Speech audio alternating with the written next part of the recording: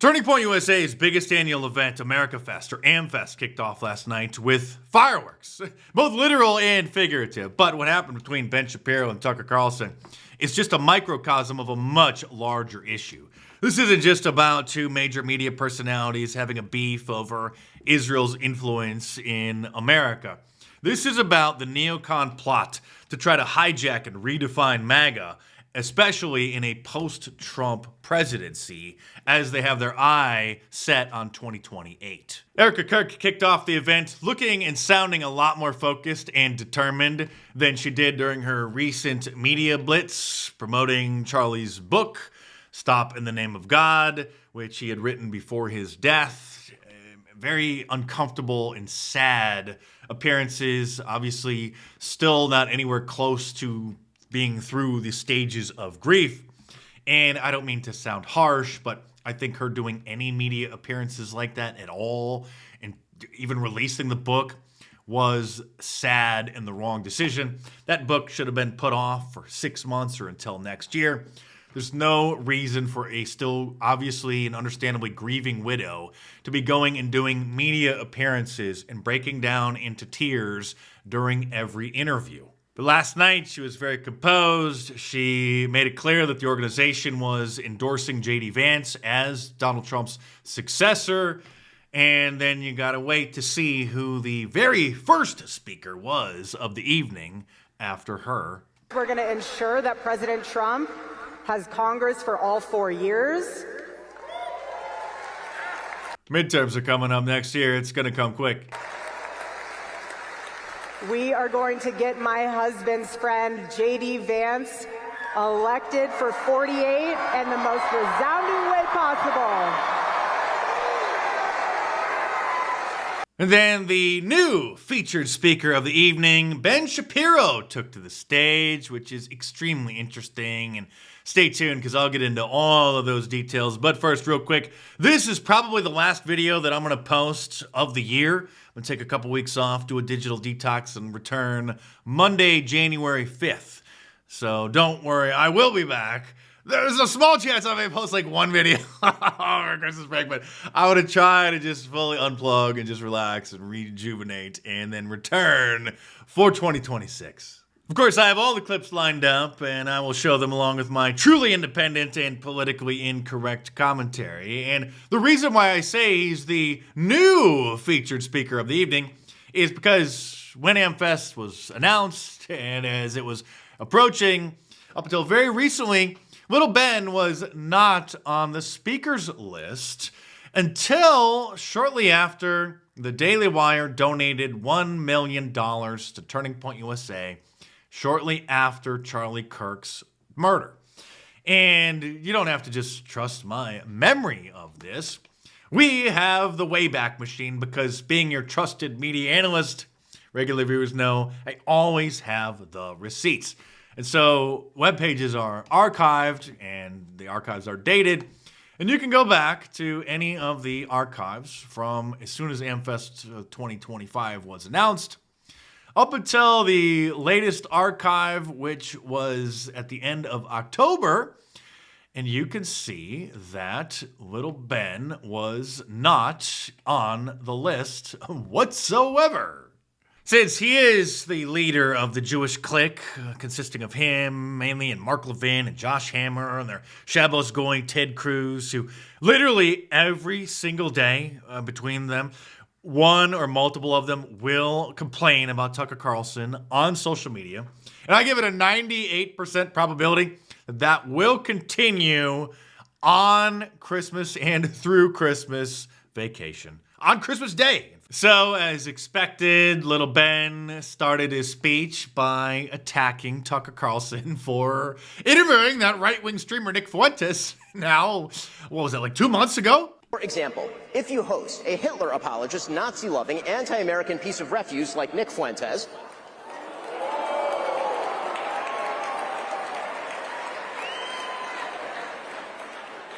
you know, the Nick Fuentes who said that the Vice President of the United States is a, quote, fat gay race traitor married to a Jeet.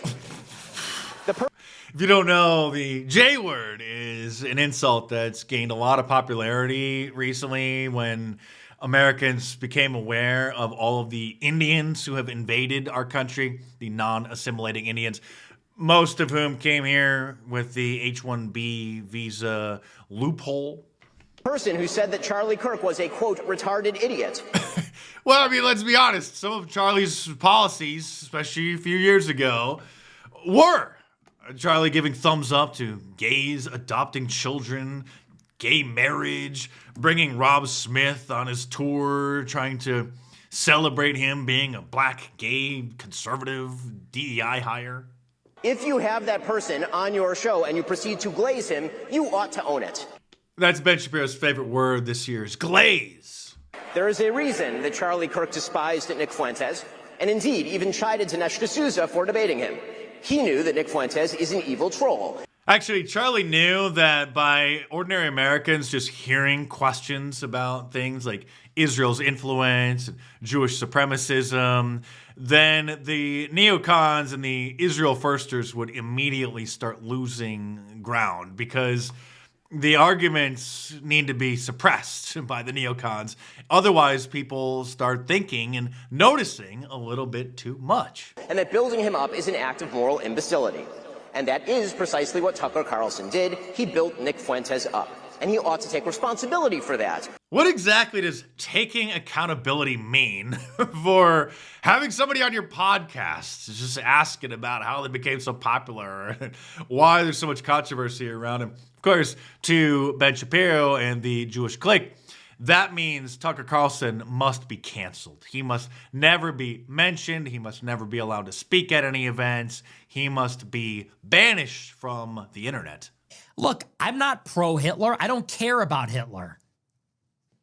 And because of that, they say, I worship him. I admire him. I'm a Nazi. But because I don't have this mythological, I don't observe this mythological religion of Hitler and the Holocaust, they say I'm a goose-stepping Nazi. I'm Catholic. And as Americans, we need to step outside the shadow of that time period. And that's not a dog whistle to say, oh, it's time to start wearing brown shirts. It's to say, look, like that exists in the Jewish consciousness, it doesn't exist in ours. That's a Jewish bedtime story. It's not a bedtime story for us. Americans should get interested in America. I was born in 1998 in Chicago. What do I give a f about the Holocaust in Poland in the 1940s? They go, he's a denier. Shame on you. Okay, whatever. Anyway, it's these people, man. So not long after Little Ben's speech, Tucker Carlson took to the stage and responded in part like this. I just got here, and I feel like I missed the first part of the program. Hope I didn't miss anything meaningful. But I just want to say, I don't think I did. No, I'm just kidding. I watched it. I laughed. That kind of bitter, sardonic laugh that emerges from you when, like, Upside Down World arrives. When your dog starts doing your taxes and you're like, wait, it's not supposed to work this way. To hear calls for, like, deplatforming and denouncing people at a Charlie Kirk event, I'm like, what? This is hilarious. But I really thought that the impulse to deplatform people, or even to use the word platform as a verb, which it's not, it's a noun, don't steal my nouns, deplatform and denounce. Why haven't you denounced somebody else? The whole, like, Red Guard cultural revolution thing that we so hated and feared on the left that we did everything we could to usher in a new time where you could have an actual debate. I mean, this kind of was the whole point of Charlie Kirk's public life. And I think that, Or a conversation. I think that he died for it. I really believe that. And I know a lot about it because the last several months of Charlie's life were devoted in part to arguing about this event, in fact, this speech, in fact, my speech here, which he asked me to do earlier this year, this summer, and was immediately put under just immense pressure from people who give money to Turning Point, I would assume good people, but who wanted him to take me off the roster. And this has all become public, and the whole thing is so sad that I never talk about it, except to say Charlie stood firm in his often stated and deeply held belief that people should be able to debate, and that if you have something valid to say, if you're telling the truth, you ought to be able to explain it calmly and in detail to people who don't agree with you, and that you shouldn't immediately resort to shut up racist. Or shut up anti-Semites. You shouldn't immediately go to motive. By the way, shut up racist is the #1 reason I voted for Donald Trump. And because I'm just sick of it. I mean, first of all, if I was a racist, if I was a bigot, I would just say so. Okay, it's America. You're allowed to be whatever kind of person you want. I'm not. I'm sincerely opposed, have always been, and will always be.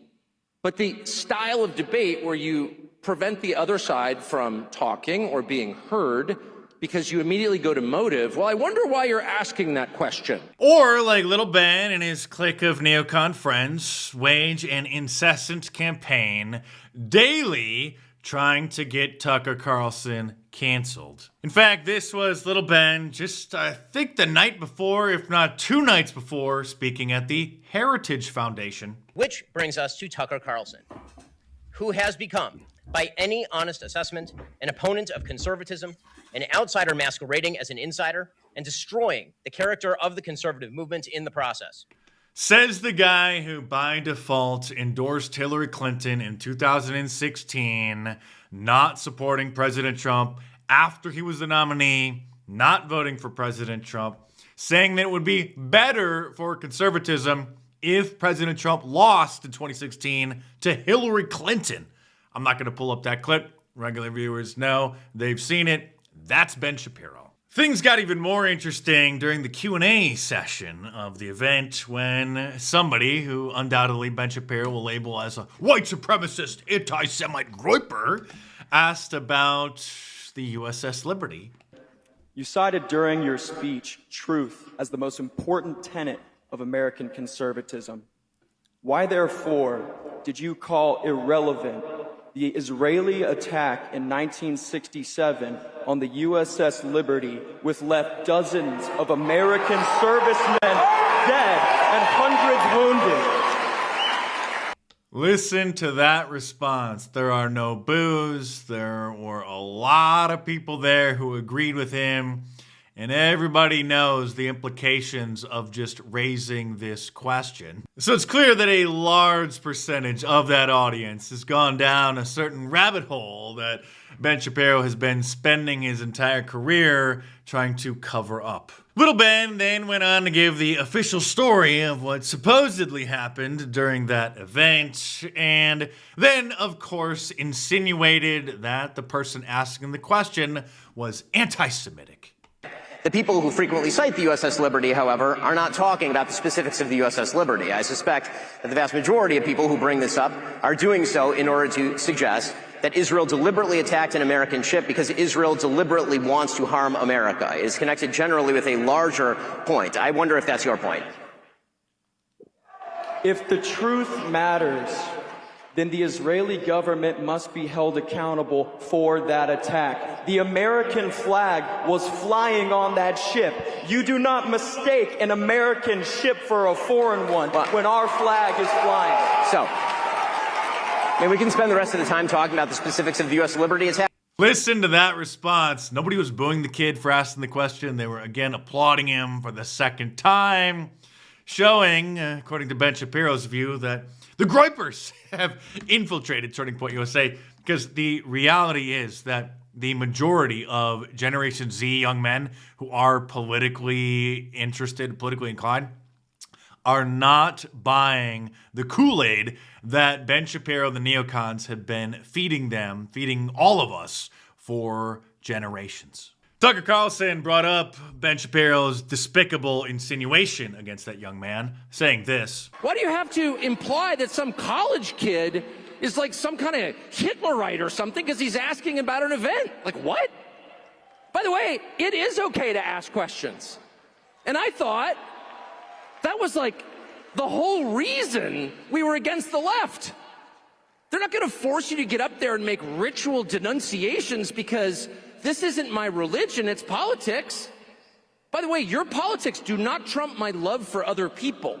And while many of the young men in Gen Z, and really others, like to bring up the USS Liberty as a way to kind of open the conversation about Israel-US relations, Ben Shapiro did show that it's rather easy to just kind of deflect from that by claiming the official story, which has sort of a built-in plausible deniability narrative.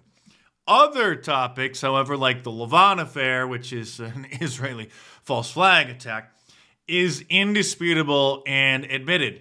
Same with the King David hotel bombing. Same with the Lehigh, also known as the Stern Gang, a Zionist terrorist group that was basically like the ISIS of early Israel, trying to establish their caliphate, their Jewish homeland through terrorism. And because of the very fascinating awakening that has occurred in Gen Z and really across the country since the dam is broke, the gatekeepers can no longer prevent people from talking about Jewish influence, Israeli influence, and other forbidden topics. Now, at every Turning Point USA event, the speaker is asked questions like this. Is it America first for senators, Congress, and even our president to take money from AIPAC? Is it America first to take money from a foreign lobby so you'll send taxpayer dollars to that country? And send our troops over there and, get involved in wars on their behalf, just doing their dirty work on behalf? Of course not. Even the question kind of answers itself. Obviously, it isn't. Question, of course, that Ben Shapiro doesn't want people to ask, but now, like I said, that cat's out of the bag. And that's not an attack on Israel. It's certainly not anti-Semitism, despite the efforts of many to claim that it is. It's just an obvious statement. And the fact that... Again, note the applause. The fact that people are attacked for asking the question. This is something that I talked to Charlie a lot about in his final months, because he was being attacked as an anti-Semite for asking that question. And we've memory hold that, but I was there, so I saw it. That's not the right way. Don't attack people's motives. I'm serious. These kinds of questions are now commonplace at Turning Point USA events. Here is Vice President J.D. Vance, who was filling in for Charlie on one of his scheduled stops of his planned tour, being asked another forbidden question. I'm a Christian man, and I'm just confused why that there's this notion that we might have owe Israel something, or that they're our greatest ally, or that we have to support this multi-hundred-billion-dollar foreign aid package to Israel to cover this, to quote Charlie Kirk, ethnic cleansing in Gaza. They memory hold that too. Regular viewers know there's a clip of that. I'm not even going to pull it up. Charlie Kirk said what Israel was doing to Palestinians was an ethnic cleansing. Not to be confused with a genocide. It's a totally different thing. But it was and is an ethnic cleansing. I'm just confused why this idea has come around, considering the fact that not only does their religion not agree with ours, but also openly supports the prosecution of ours. Yeah, so let me... Again, note the applause. Years ago, these kinds of questions would get booed, or people would be so confused they wouldn't really understand them. But now, the Overton window has changed. The culture has changed. Conservatism is being restored to paleoconservatism.